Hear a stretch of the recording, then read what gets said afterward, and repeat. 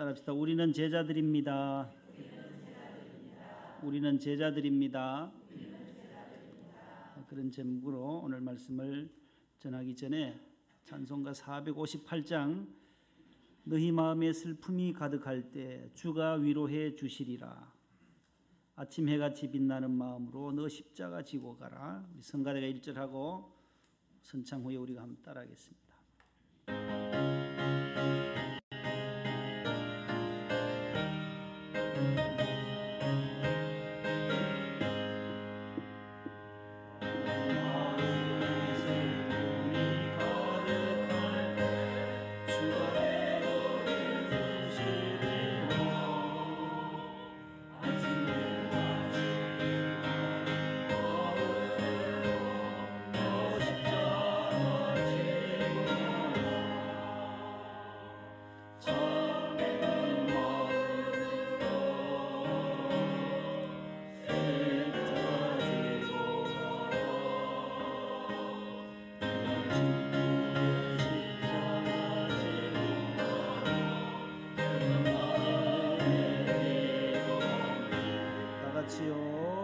너희 마음에 슬픔이 가득할 때 주가 위로해 주시리라.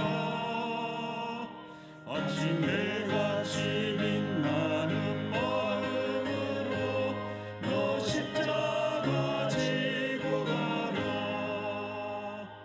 참 기쁜 마음으로 십자가 지고 가라. 내가 기쁘게 십자가 지고 가면 슬픈 마음이 위로받네. 아멘. 아주 귀한 찬송입니다. 우리 마음에 슬픔과 아픔이 가득 찰 때 우리 주님이 위로해 주신다라고 하는 찬송입니다. 십자가 지고 갈 때 우리가 큰 위로를 얻게 되고, 오늘 제자가 누구냐 할 때 오늘 결론적으로는 십자가 지는 사람이라고 결론을 맺을 것입니다. 오늘 이 사도행전 11장에서 우리는 누가 제자들인지 26절에 제자들이 그때의 그곳에서 안디옥에서 비로소 그리스도인이라고 불리움을 받았다라고 말씀합니다.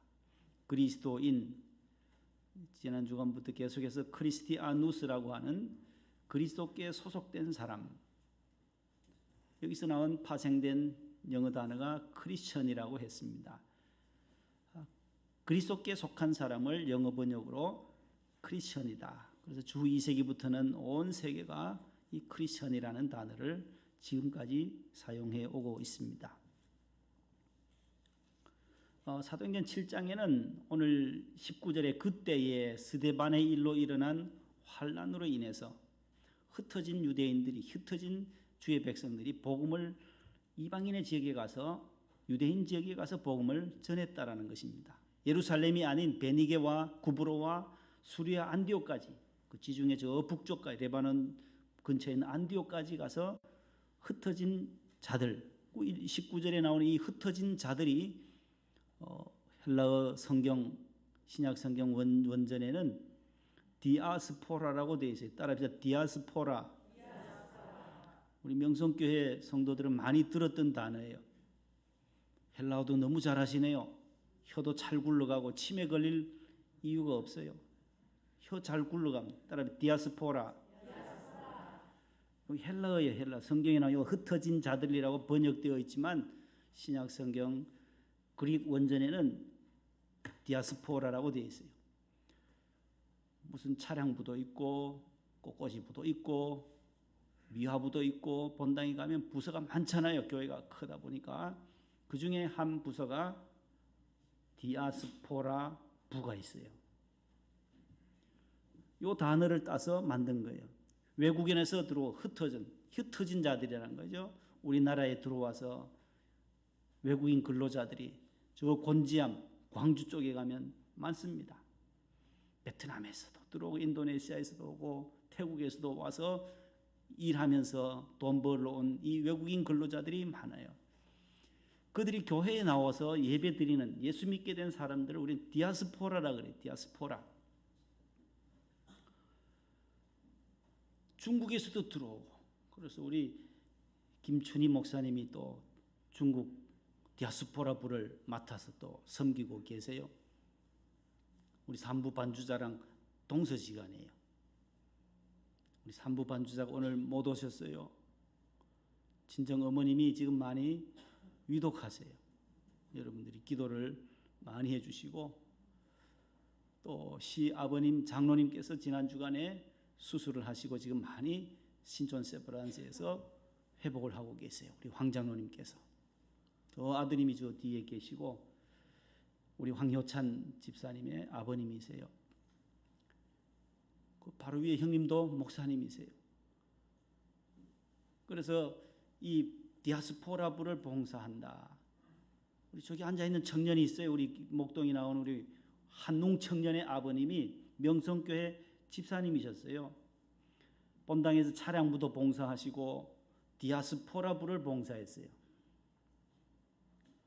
디아스포라부 봉사하다 보니까 저 우리 한농 청년의 어머님이 신미혜 집사님이 미용 또 재주가 있어요. 미용을 또 잘해요. 그래서 이 디아스포라 외국인 근로자들 광주 건지암으로 가서 주말마다 가서 봉사를 많이 해 주셨어요. 그러다가 원로 목사님의 말씀을 들으면서 사명감이 불타올랐어요. 주의 종의 길을 걸어가야 되겠다. 은혜를 많이 받던 중에 브라질에 가 있는 강명관 선교사나 뭐 양창직 목사님이나 많은 분들이 그때 신학을 하게 됐어요. 그래서 아버님도 목사님이 되셨어요. 서울장신대를 졸업하시고 신학을 마친 다음에 안수를 받고 저 전라도 완도라고 하는 섬에 충도가 있나 봐요. 충도 장로교회를 한 7년 넘도록 섬에 가서 어려운 섬 주민들을 잘 섬겨 오셨어요. 섬겨 오시던 중에 사모님이 몸이 불편하게 됐어요. 그래서 뇌종양을 지금 치료하는 중에 있다는 소식을 듣고 우리 교회에서도 여러분들이 헌금해 주신 9월 집회나 3월 집회나 또 우리 성탄 헌금으로 조금씩 이렇게 보내드리는데 거기 모든 것을 정리하고 전북 임실에 치즈 많이 나오는 그 임실 사곡교회로 지난해 부임하셔서 거기에 계신 연로하신 어르신들을 한 10여 명 되는데 그분들을 섬기고 계십니다. 이 디아스포라 흩어진 자들이라는 흩어진 자들. 사도행전 2장에는 모였어요. 모이는 교회가 있었어요. 오순절 예루살렘 교회가 모여서 기도하고 말씀 듣고 은혜 받았던 성령 충만했던 저들이 이제는 받은 은혜를 가지고 흩어졌다는, 모이면 기도하고 흩어지면 전도하자 그 말이에요. 여기서 복음 전하러 갔다는 거예요. 저 북쪽으로 구브로와 베니게 안디옥까지 가서 복음을 전하니까 거기에 있는 사람들이 많이 주께로 돌아왔다는 거예요. 이 소문을 예루살렘 교회가 듣게 돼. 예루살렘 교회는 모교회잖아요. 어머니 교회라요. 여기서 오순절 성령 강림이 있었던 사건이 마가다락방 예루살렘에서 일어난 사건을 저들이 가서 복음을 전해서 이렇게 많은 무리가 주께로 돌아오니 예루살렘 교회에서 바나바를 또 파송해요.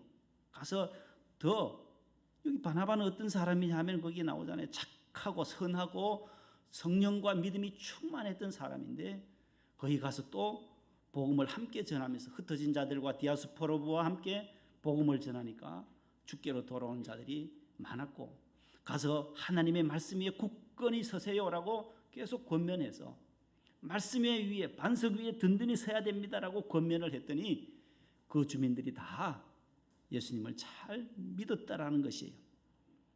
그리고 홀로 하다 보니 힘드니 또 다소에 가서 사울이라는 사람이 있었는데 길리기아 다소에 가서 사울을 청해 와서 이 바나바와 함께, 그래서 사울과 바나바, 이 사울의 이름이 바뀌어서 바울로 되죠. 바울과 바나바 이 두 사람이 계속 13, 14장 가보면 다 전도 두 사람이 같이 가요. 처음에 잘 나갑니다. 바울과 바나바 둘 다 바시예요. 쉽잖아요. 바울과 바나바 시작. 바울 이전의 이름은 사울이었어요. 그리고 오늘 본문인 사울로 나와요. 바울과 바나바가 안디옥에 와서 복음을 전하니까 그때 거기에 많은 사람들이 예수 정말 저렇게 믿어야 되겠구나. 저 사람들이 진짜 예수님의 제자들이구나. 그래서 26절에 제자들이 안디옥에서 비로소 그리스도인이다. 저 제자들 딴 사람들하고 다르네. 진짜 예수장이들이구나. 그리스도인이구나. 그리스도께 속한 사람이구나. 라고 별명이 붙어졌다라는 것입니다. 금년 한 해 우리가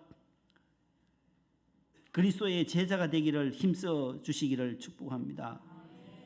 하나님의 은혜의 때가 이르러서 우리가 예수님의 제자로서 살아가시기를 축복합니다. 대학 입학시험에 합격을 하면 등록금을 냅니다. 등록금을 내고 그 다음에 수강 신청도 해야 됩니다. 그렇다고 졸업되는 게 아니에요. 등록금 내고 수강 신청하면 끝나는 게 아니에요. 그 학교에 학업 일수가 또 있어요. 그 다음에 학칙으로 정해놓은 학점, 이수 학점이 또 있어요. 그 이수 학점을 몇 학점 이상을 이수해야만 영광의 졸업장이 주어지는 거예요. 8번의 등록금을 내야 돼요. 봄학기, 가을학기, 봄학기, 가을학기 2년, 3학년 때, 4학년 때 해서 8번을 내야만 등록금 내고 수강 신청하고 등록금 내고 수강 신청을 무려 8번 해야만 대학 4년을 졸업할 수가 있어요. 여러분, 우리 예수 믿는 것도 마찬가지입니다. 등록했다고 우리가 다 구원받고 천당 가는 것이 아니다라는 것입니다. 출석 일수와 학점을 취득하듯이 매주일 우리가 주일 성수하면서 하나님 전에 나와서 예배드리고 나를 훈련시키고 믿음의 훈련을 잘 쌓아가야만 졸업이 가능했던 것처럼 모든 학칙과 모든 학점을 이수해야 졸업이 가능했던 것처럼 우리의 삶도 마찬가지입니다. 모든 주일 성수를 꼬박꼬박 잘 하시고 믿음의 법을 따라서 살아갈 때에 천국이라고 하는 천국의 입성이라고 하는 큰 영광의 그러한 날이 저와 여러분들에게 올 줄로 믿습니다. 누가 그러면 그리스도의 참 제자들이겠습니까? 누가 그리스도인이겠습니까? 오늘 세 가지를 말씀을 전합니다. 첫 번째는 따라합시다. 예수님을 나의 사람이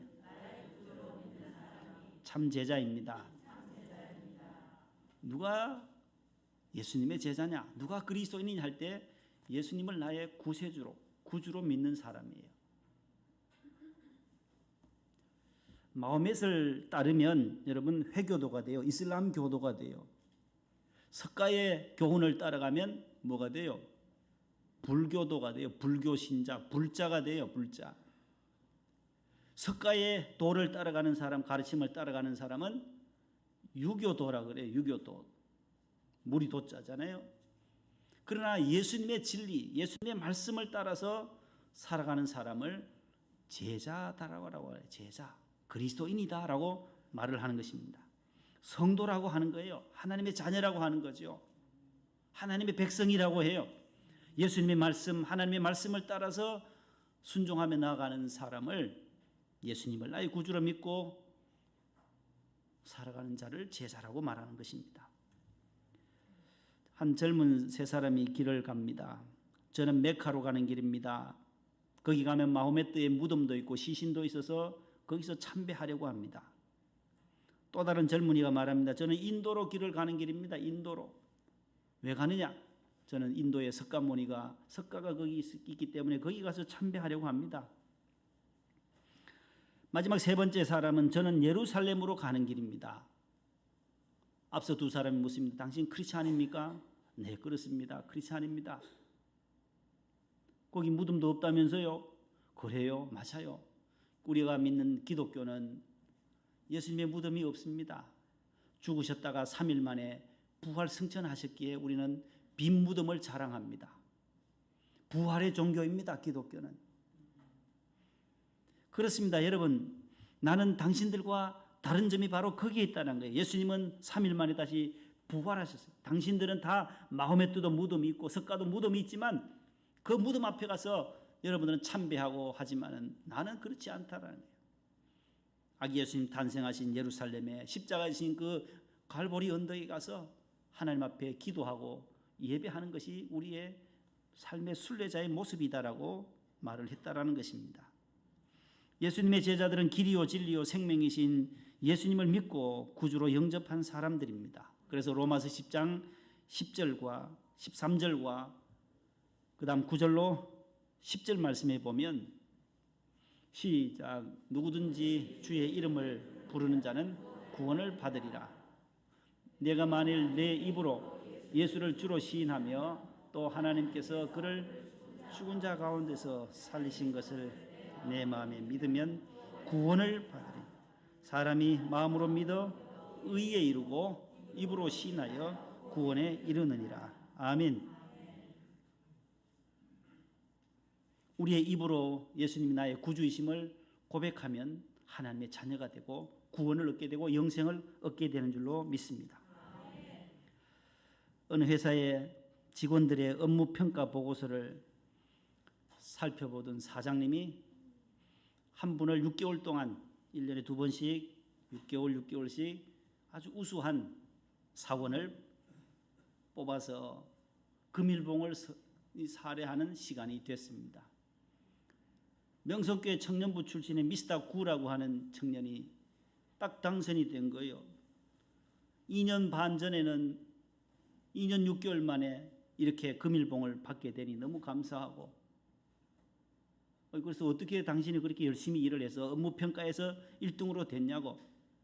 저는 2년 전에는 상도 못 받았고 금일봉도 못 받았지만 2년 지나서 지난 6개월 전에 교회 나가기 시작했습니다. 예수님을 믿기 시작했습니다. 예수님을 믿고 나니 내가 이 회사가 내가 돈벌이하는 밥벌이하는 그러한 회사가 아니더라는 거예요. 하나님이 나에게 지정해 주신 선교지와 같은 곳이기에 내가 와서 열심히 일했습니다. 성실하게 하루하루 이 회사를 위해서 최선을 다했습니다. 2년 전에는 내가 예수를 안 믿었기 때문에 그냥 왔다 갔다 하는 그런 월급장이었었지만 이 회사가 하나님이 내게 선교지로 주신 회사와 같다라고 생각하며 열심히 일했던 것뿐입니다. 그 회사 사장님이 감동을 받았겠어요? 안 받았겠어요? 바로 이런 사람, 제자입니다. 바로 이런 사람이 그리스도인입니다. 내가 믿는 예수님을 높이고 내가 믿는 예수님을 자랑하고 십자가를 높이는 사람, 그 사람이 그리스도인이요 예수님을 전파하고 또 전도하는 사람이 제자다라고 하는 것입니다. 두 번째는 예수님의 법을 지키는 사람들이 예수님의 제자입니다. 따라하십니다. 예수님의 법을 지키는 사람이 참 제자입니다. 예수님께서 주신 가장 큰 법, 그 법은 바로 사랑의 법이다라는 거예요. 사랑의 법이다. 요한복음 13장 34절로 34절에 이런 말씀이 있어요. 시작. 새 계명을 너희에게 주노니 서로 사랑하라. 내가 너희를 사랑한 것 같이 너희도 서로 사랑하라. 너희가 서로 사랑하면 이로써 모든 사람이 너희가 내 제자인 줄 알리라. 이 제자 나오잖아요. 예수님의 제자가 누구예요? 그리스도의 제자가 누구냐라는 거예요. 새 계명을 행하는 사람이라는 거예요. 그 새 계명이 뭐냐? 예수님은 서로 사랑하라는 거예요. 사랑의 법이라는 거예요. 사랑의 법. 아가파테 알렐루스. 서로 사랑하라. 서로 사랑하라. 내가 너희를 사랑한 것처럼 내가 너희를 지금 요한복음 13장에는 제자들이 발을 씻기잖아요. 내가 섬기는 사랑으로 섬겼듯이 너희들도 세상에 나아가서 다른 사람을 섬길 때, 그리스도의 사랑으로 섬길 때, 봉사할 때, 타인을 높여줄 때에 빛이 난다는 거죠.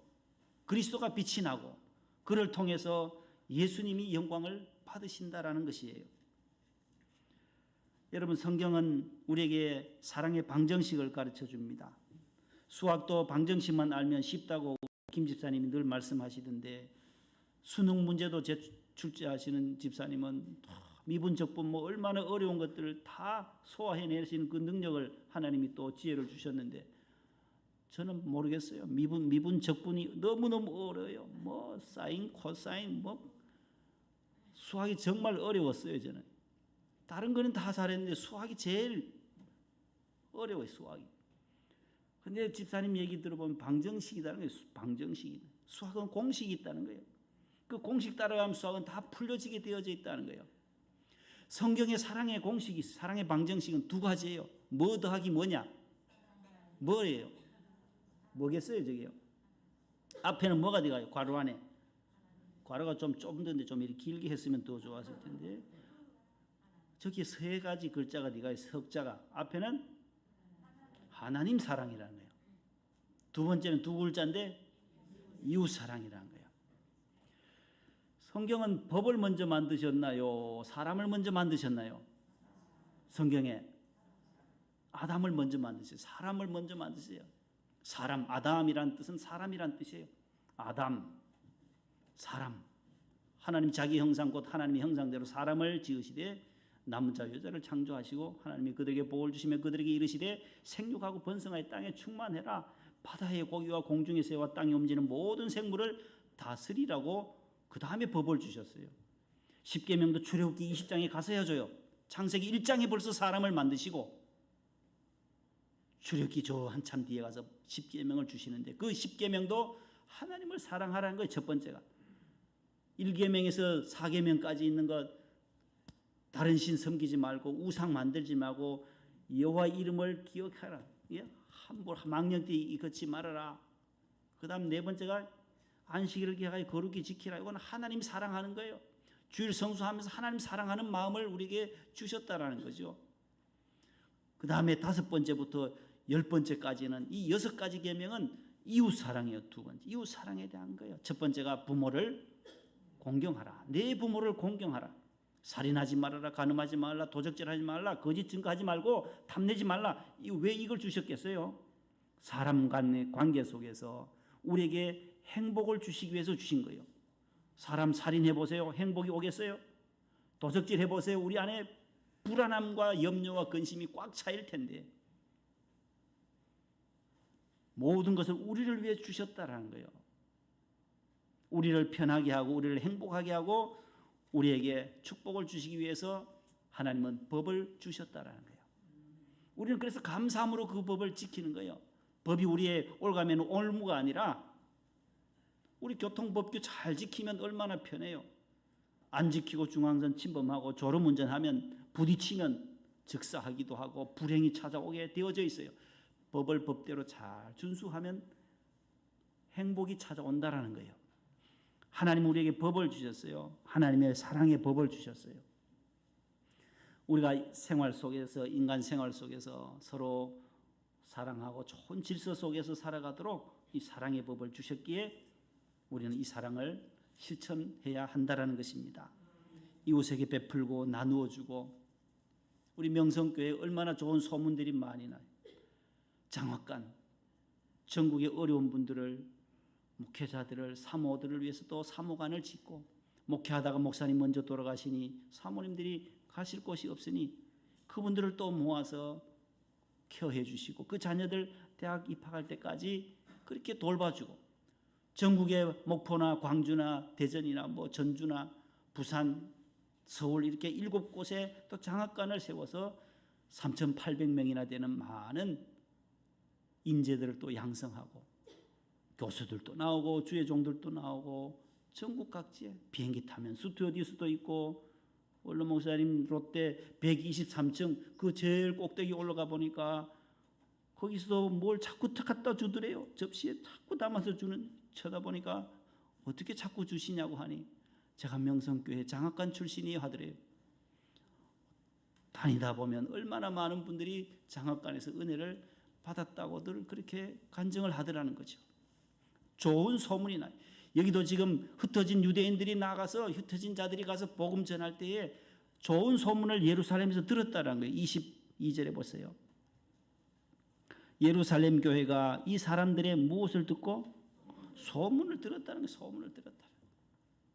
좋은 소문 나는 우리 목동 명성교회 되기를 축복합니다. 하도 배가 고픈 호랑이가 하루는 토끼를 잡아 먹으려고 산책을 나가서 사냥을 나갔어요. 가던 중에 토끼 가서 목덜미를 콱 물어 잡았어요. 잡아가지고 먹으려고 딱 하는데 이 용감한 토끼가 돌아오면서 째려보더라는 거예요. 째려보면서 나라 이 자스가 하더래요. 풀어달라는 거예요. 이 자스가 하면서 얼마나 그 호랑이한테 용감하게 얘기하더래요. 이 호랑이가 겁에 질려가지고 이 토끼가 이 자스가 하는데 안 놀 수 있어요. 그냥 뱉어버렸다는 거예요. 그래서 시룩시룩 하면서 집에 와서 열받아가지고 집에 와서 자빠져 잤대요. 호랑이가 자고 내일은 다시 가서 내가 먹잇감을 그놈을 가만두지 않겠다 해서 또 다시 가서 목덜미를 콱 물었어요.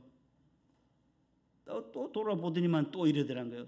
어제 나다 어제 나 어제 그 토끼다라는 거예요. 내가 또 화가 나서 또 집에 와서 한잠 자고 셋째 날 나갔어요. 사냥을 가면서 호랑이가 꾀가 났어요.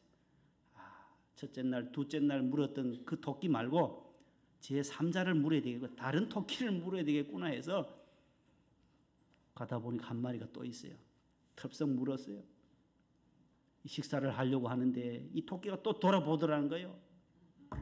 돌아보면서 하는 말에 이 호랑이가 지금까지 기절해서 아직도 못 일어나고 있어요. 뭐라 할게요? 소문 다 났다 이 자스가 하더래요. 소문 다 났다는 거예요. 소문 다 들었다. 네 소식 다 들었다 이 자스가. 여러분 우리가 좋은 소문 교회가 좋은 소문이 나야 된다는 거예요. 그러면 자동적으로 계속해서 부흥하고 죽게 돌아오는 자들이 많아지는 일들이 있다라는 것이죠. 우리가 이웃을 위해서 돕고 선교하고 봉사하고 장학헌금으로 우리도 장학헌금으로 많은 분들을 밖에 있는 사람들까지 도와줄 수 있는 그러한 우리 교인들만 지금 이렇게 나눠주고 있는데 우리가 많은 일들을 감당할 수 있도록 계속 기도해 주시기를 바랍니다. 마지막 세 번째입니다. 따라합시다. 예수님을 위해 살고 예수님을 위해 일하고 예수님을 따라가고 자기 십자가를 지고 헌신하는 사람, 이 사람이 바로 참 제자이다라는 거예요. 예수 그리스도를 위해서 사는 것, 우리가 사나 죽으나 다 주의 것이다라고 했는데 하나님을 사랑하는 자, 곧 그의 뜻대로 부르심을 입은 자들에게는 모든 것이 합력하여 선을 이룬다. 로마서 8장 28절에 고린도전서 13장에는 또 사랑은 오래 참고 사랑의 속성들이 있잖아요. 무리하지 행치 않고 서로 용서하고 자기 유익을 구하지도 않고 모든 것을 바라고 모든 것을 견디고 모든 것을 믿는 이 믿음, 이 사랑. 잠언 8장 17절에는 나를 사랑하는 자들이 나의 사랑을 입고 나를 간절히 찾는 자가 나를 만날 것이니라고 말씀했어요. 우리가 하나님을 더 사랑하고 또 예수님을 위해서 살고 예수님을 위해서 일하고 따라가고 헌신할 때에 참 제자가 된다라는 것입니다. 마태복음 16장 24절 말씀을 읽고 말씀을 맺으려고 합니다. 시작.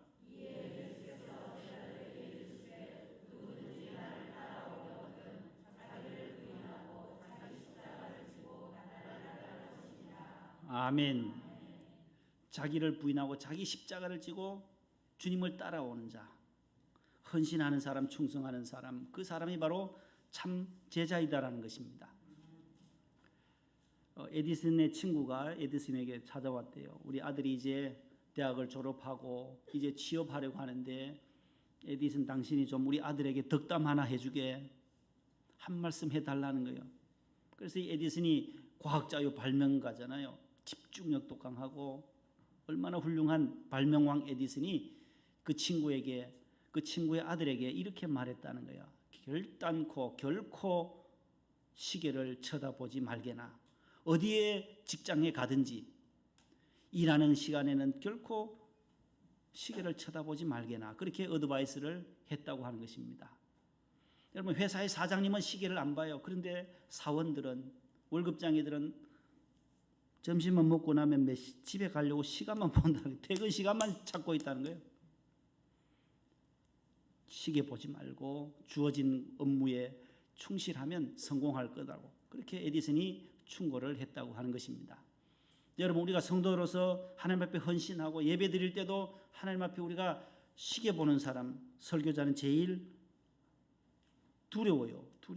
설교자가 설교 중에 제일 앞에서 우리 권사님이 계속 시계만 쳐다본다고 생각해 보세요. 설교 언제 마치나 이렇게 들려오는 거죠. 은혜 받으러 온 사람은 집중하는 거예요. 다 하나님 말씀을 귀를 기울여 집중하는 거예요. 헌신된 사람은 집중하는 거예요. 구경꾼이나 지나가는 사람, 방관자들은 와서 시계 볼 수 있지만 그리스도의 제자들은 말씀 안에서 시계 보는 것이 아니라 주님을 바라보고 말씀을 듣는 이 집중력으로 헌신할 때에 우리는 참 제자가 될 줄로 믿습니다.